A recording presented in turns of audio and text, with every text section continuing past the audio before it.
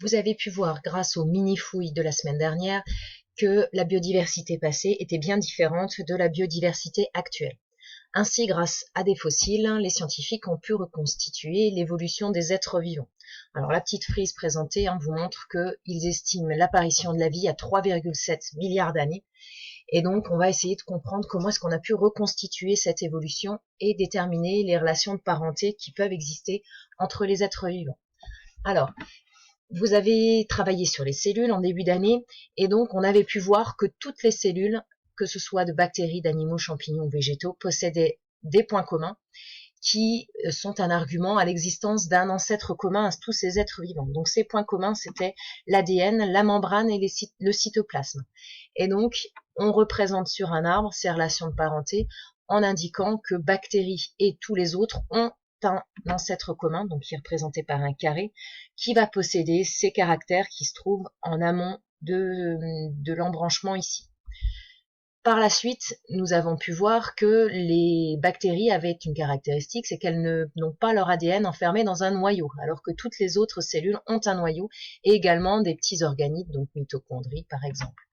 Donc ces noyaux et ces organites sont apparus après l'ancêtre commun aux bactéries et à toutes les cellules, puisque les bactéries ne le possèdent pas. Et ainsi de suite. Donc ici, c'est l'ancêtre commun aux animaux et aux champignons et végétaux qui possédaient les noyaux et les organites. Champignons et végétaux possèdent en commun la vacuole et la paroi, donc vont avoir un ancêtre commun plus récent que celui qui existe entre animaux et champignons et végétaux. Et enfin, les végétaux possèdent des chloroplastes. Donc voilà un petit peu le principe. On regarde les points communs, et plus il y a de points communs, plus l'ancêtre commun va être récent, et donc plus on est proche parent. Alors, nous allons cibler notre étude, puisqu'on ne va pas pouvoir le faire sur tous les êtres vivants, sur les vertébrés. Donc je vous rappelle, les vertébrés, ce sont ceux qui, contrairement aux invertébrés, ont des vertèbres. Et donc parmi ces vertébrés, on trouve 5 grandes classes, donc les mammifères, les oiseaux, les poissons, les amphibiens comme la grenouille et les reptiles comme le lézard, le serpent. Alors nous allons essayer de voir au niveau organisation, comment est-ce qu'on peut caractériser, voir les points communs de ces vertébrés. Alors, cette grenouille, par exemple, on va pouvoir lui trouver des pôles. Comme en géographie on a le nord, le sud, l'est, ouest, il va y avoir des pôles également chez les êtres vivants. Donc des pôles dorsaux-ventraux, donc un axe dorso-ventral qui va relier le dos au ventre. Donc sur cet animal, il se trouve ici. Donc le dos, vous pouvez le repérer grâce à la colonne. Le ventre, généralement, c'est là où il y a les organes locomoteurs. On va pouvoir également mettre en évidence un axe antéro-postérieur. Antéro, ça désigne l'avant, postérieur, l'arrière. Donc il va se positionner ainsi, cet axe antéro-postérieur. Donc l'avant, on le repère par la tête, l'arrière par éventuellement une queue, ce qui n'est pas le cas chez la grenouille, et de toute façon l'anus, donc qui est la terminaison du système digestif. Et également déduit de ces deux axes, un axe gauche-droite,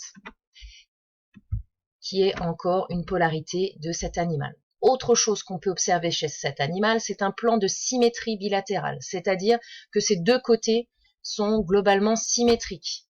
Voilà, donc cette grenouille, si on la coupe en deux, elle a deux côtés à peu près symétriques. Si on va regarder chez un autre vertébré, le tigre par exemple, qui est un mammifère, donc on va retrouver également cet axe dorso-ventral. On va retrouver aussi un axe antéro-postérieur et un axe gauche-droite. Attention, il est vu de face. Et on retrouvera également le plan de symétrie bilatérale. En regardant cette fois-ci chez un oiseau, axe dorso-ventral,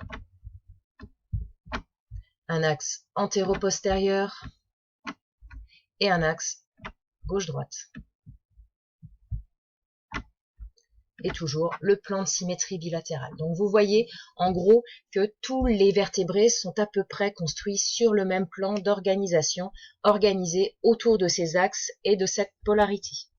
Donc pour pouvoir compléter notre comparaison et pouvoir affiner ces points communs et éventuelles différences, nous irons la prochaine fois regarder à l'intérieur des animaux, de manière virtuelle ou de manière réelle.